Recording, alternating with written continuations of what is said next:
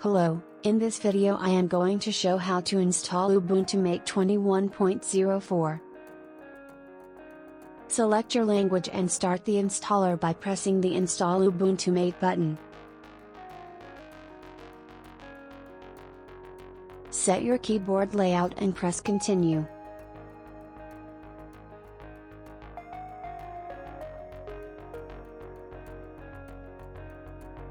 Choose the installation type normal or minimal, and select download updates and install third-party software, then press continue.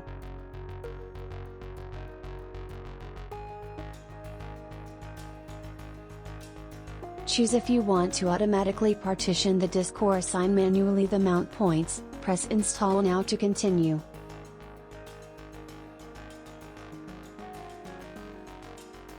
Confirm that you want to write the changes to the disk.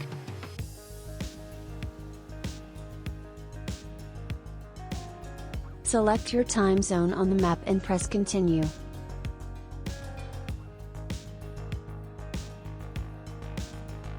Create a user, set your host name and press continue.